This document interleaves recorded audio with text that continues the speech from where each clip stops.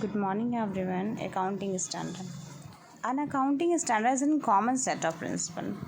तो जो accounting standard है common set of principle है या जैसे an accounting standard is a common set of principle standard and procedure that define the basis of financial accounting. जो financial accounting के basis के बारे में बताता है, उनकी पॉलिसीज़ और प्रैक्टिसेस के बारे में बताता है. तो अकाउंटिंग एक्चुअली ज़रूरी क्यों है? किसी भी बिज़नेस सेटअप के लिए उसके लिए अकाउंट्स बनाना, उस बिज़नेस सेटअप का ट्रांजैक्शन का रिकॉर्ड्स रखना, उसके yearly basis, quarterly basis, monthly basis का पूरे अकाउंट्स का रिकॉर्ड रखना, बिज़नेस को मेंटेन करना और उसके ट्रांजैक्शन का पूरा हिसाब, लेन देन, लेखा जोखा जिसे कहते हैं, वो सब कुछ रखना और वो ऑन पेपर रखना, ऑनलाइन भी रखना और गवर्नमेंट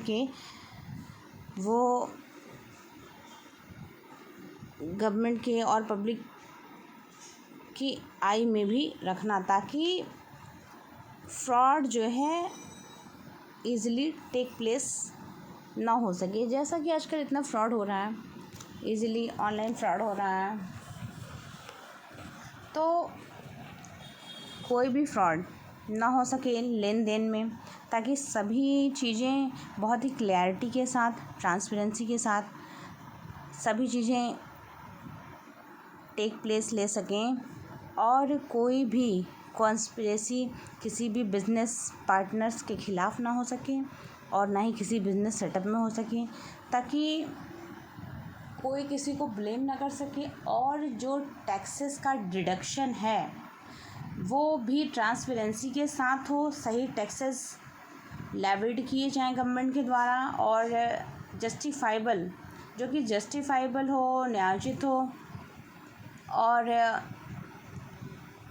उसके ईयरली बेसिस का रिकॉर्ड्स रखने पर उस बिज़नेस ऑर्गेनाइजेशन को बहुत हेल्प मिलती है. वो अपनी ग्रोथ को जज कर पाता है, वो अपनी क्वार्टरली, मंथली, ईयरली बेसिस की ग्रोथ को जज कर पाता है और क्या मेजर्स उसे लिए जाने हैं, उन सभी बिंदुओं पर वह संस्था, वो ऑर्गेनाइजेशन, वह कंपनी वर्क कर सकती है. तो इसके लिए अकाउंटिंग स्टैंडर्ड्स का होना बहुत ज़रूरी है. Accounting standard improve the transparency. देखिए, अकाउंटिंग स्टैंडर्ड ट्रांसपेरेंसी को इम्प्रूव करता है for financial reporting in all countries. अब जैसे कि कई ऑर्गेनाइजेशन, कई कंपनियां होती हैं, वो फ़ॉरेन में भी बिज़नेस कर रही होती हैं.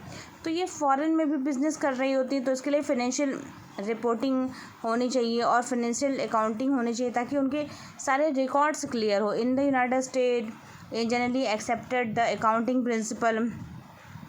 तो जो अकाउंटिंग प्रिंसिपल है उनके अकॉर्डिंग ये बिज़नेस रन करता है. जो इंटरनेशनल बिज़नेस हैं, जो कि बाहर की देश विदेश में भी बिज़नेस कर रही हैं जो कंपनियां, उनको अकाउंटिंग स्टैंडर्ड के नॉर्म्स और प्रिंसिपल फॉलो करने होते हैं.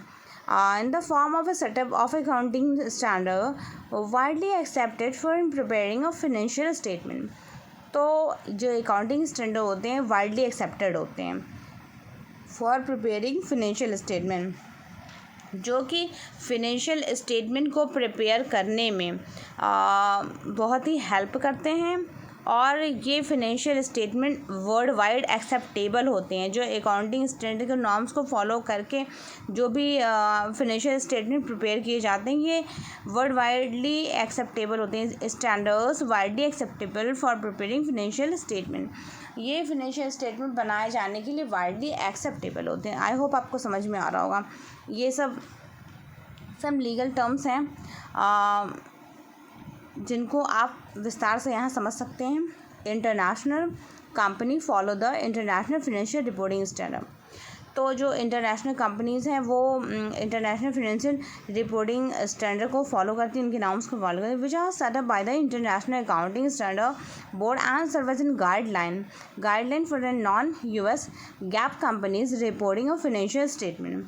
तो ये इनके अंतर्गत जो कंपनियाँ आती हैं, इनके अंतर्गत जो जिन कंट्रियों को रखा गया है उन पर ये नॉर्म्स, रूल्स, रेगुलेशंस उन्हें फॉलो करने पड़ते हैं. उसके अकॉर्डिंग उनको अपना बिजनेस सेटअप करना पड़ता है और उनके नॉर्म्स रूल्स रेगुलेशन को मेंटेन करते हुए वो फाइनेंशियल स्टेटमेंट को रिलीज़ करती हैं और ये financial statement world wide acceptable होते हैं।